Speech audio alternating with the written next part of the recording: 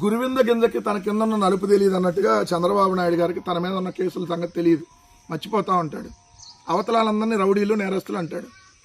నేను చెప్పలా ఏదైతే తిరుపతి రైల్వే స్టేషన్లో చంద్రబాబు నాయుడు జేబులు కొట్టేవాడని, దొంగ అని రిపోర్ట్ వచ్చిందని నేను చెప్పలా.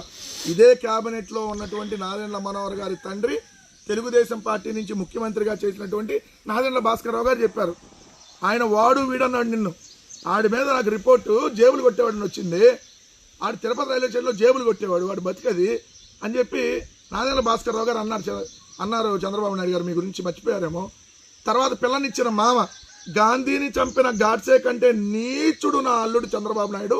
నా జీవితంలో ఏమన్నా తప్పులు చేశానంటే ఒకటి పిల్లనిచ్చి ఇది తప్పు చేశాను, వీడికి నేను అనలేదండి చంద్రబాబు నాయుడు గారిని, రామారావు గారు అన్న మాటలు. ఎందుకంటే నేను అట్లా అన్నా చంద్రబాబు నాయుడు గారే అంట, లేదంటే దొంగ అని అంట, అంత తప్ప ఆడు ఈడని నేను అన్నాను. అలా అంటాం తప్పు. సో వాళ్ళకంటే బుద్ధి లేదు. ఏదైతే తెలుగుదేశం పార్టీ జనసేన పార్టీ వాళ్ళు ఆడు ఈడు నా కొడకలు అంటారు, కానీ మనం అలా అనొచ్చు. సో ఈయన అన్నట్టు మాట అనమాట, గాంధీ చంపిన గాడ్సే కంటే నీచుడు నా అల్లుడు చంద్రబాబు నాయుడు, మేకవన్నె పులి, తేనె పూసిన కత్తి, నా పార్టీ నాకు వెన్నుపోటు పొడిచి నన్ను ఇలా లాక్కున్నాడని చెప్పి ఆయన చెప్పింది. సో ఈయన ఇప్పుడు కుప్పం వెళ్ళాడు చంద్రబాబు నాయుడు గారికి. ఇన్ని సంవత్సరాల్లో కుప్పంలో బస్టాండ్ కట్టాలని తెలియలా, ఇప్పుడు బస్టాండ్ వచ్చిందంట, బస్టాండ్ ఒకటి కట్టారు, ఆడికి వెళ్ళాడు. 2 ఏళ్లలో నా రాజకీయ జీవితానికి 50 ఏళ్ళు, 50 ఏళ్ళ నుంచి రాజకీయ జీవితంలో ఉన్నాడు. ఒక్కటంటే ఒక్క మంచి పని చేశాడా? ఒక్కటంటే ఒక్క మంచి పని చేసింది ఎక్కడన్నా జీవితంలో ఉందా? ఆయన పేరు చెప్తే ఒక పథకం ఏమైనా గుర్తొచ్చిద్దా? వెన్నుపోటు, మోసాలు, కుట్రలు, కుతంత్రాలు, ఏదైతే ఇది తప్ప. ఈ వయసులో రౌడీలను మాఫియాతో రాజకీయాలు చేయాల్సి రావటం బాధాకరం. రౌడీలతో అంట ఇది రాజకీయాలు చేస్తున్నా అంట. మొత్తం 18 కేసులు నీ దగ్గర ఉన్నాయి. నీ క్యాబినెట్లో మంత్రులందరి మీద నేర చరిత్ర ఉంది. ఏదైతే నీ పార్టీలో ఏదైతే 115 మంది ఎమ్మెల్యేలకి క్రిమినల్ చరిత్ర ఉంది, 115 మంది ఎమ్మెల్యేలకి ఉన్న 135 మందిలో మీరు ఈరోజు రౌడీల గురించి మాట్లాడితే ఎట్లా? చింతమనేని ప్రభాకర్ ఏంది స్వాతంత్ర సమరయోధుడా, రౌడీయా? 93 కేసులు, 94 అనుకుంటా, స్వాతంత్ర సమరయోధుడా? ఏమన్నా భారతదేశానికి స్వాతంత్రం కోసం ఏమైనా పెట్టించుకున్నాడా కేసులు? ఏమయ్యా చంద్రబాబు నాయుడు గారు, సిగ్గుంటే సమాధానం చెప్పండి. ఎవడు రౌడీలు? మిమ్మల్ని మించినటువంటి రౌడీలు, మిమ్మల్ని మించినటువంటి గోండా పార్టీ, గుణపం పార్టీ ఎవరిదన్నా ఉందా? మీరు కదా గోండాలు, రౌడీలు. పట్టపగలు నడి రోడ్డు మీద హత్యలు చేసే పార్టీ మీది, నడి రోడ్డు మీద రషీద్ని చంపినటువంటి పార్టీ మీది, పోలీసుల సమక్షంలో సుబ్బారాయుడిని చంపినటువంటి పార్టీ మీది, దళితుడైనటువంటి సాల్మాన్ని గురజాల నియోజకవర్గం పిన్నెల్లో చంపినటువంటి పార్టీ మీది, 24 నెలల్లో 21 రాజకీయ హత్యలు చేసినటువంటి పార్టీ.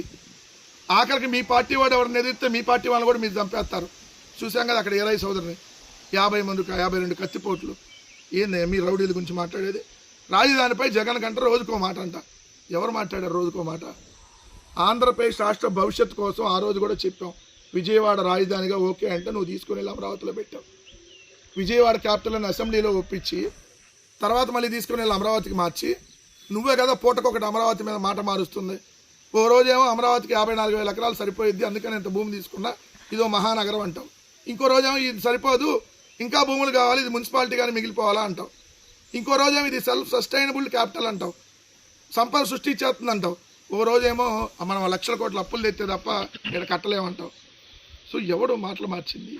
రోజుకో మాట మారుస్తుంది నువ్వు ఎన్ని రకాలుగా మా మీద విమర్శ చేసినా మావిగనే ఆంధ్రప్రదేశ్ రాష్ట్రానికి గ్రోత్ ఇంజన్.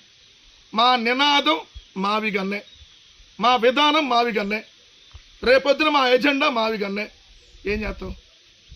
నీకు దమ్ముంటే ఎస్ నేను మావిగన్కి వ్యతిరేకం అని చెప్పి చంద్రబాబు నాయుడు గారు, నీకు దమ్ముంటే మావిగన్కి వ్యతిరేకిస్తున్నామని చెప్పు. నీకు దమ్ముంటే ఇదిగోండి మచిలీపట్నం, విజయవాడ, గుంటూరు రాజధానిగా నేను ఒప్పుకోనని చెప్పు డైరెక్ట్గా. ఓన్లీ 29 గ్రామాలను రాజధానిగా ఉండాలి అని చెప్పు. నువ్వు నీకు దమ్ముంటే మీ పార్టీని చెప్పమని అడుగుతా ఉన్నా. ఎందుకు ఊరికి డ్రామాలు ఆడతావు? పూటకొక డ్రామా. సో నువ్వు రోజు గొడ్డల పార్టీ అని తిట్టినా, రోజు నువ్వు మావిగన్ మీద వ్యతిరేకంగా మాట్లాడినా, మా విధానం స్పష్టంగా 2029 ఎన్నికల్లో గెలిచిన తర్వాత జగన్మోహన్ రెడ్డి గారి ప్రమాణ స్వీకారం మావిగన్లోనే ఉంటుంది. మావిగనే ఆంధ్రప్రదేశ్ రాష్ట్రాన్ని గ్రోత్ ఇంజన్గా డెవలప్ చేసుకుంటూ వెళ్తాం. మచిలీపట్నం, విజయవాడ, గుంటూరే ఈ 3 ప్రాంతాల రాజధాని కారిడారే ఆంధ్రప్రదేశ్కి భవిష్యత్తు. ఇది మాత్రం మాకు క్లియర్గా ఉన్నాం, క్లారిటీగా ఉన్నాం.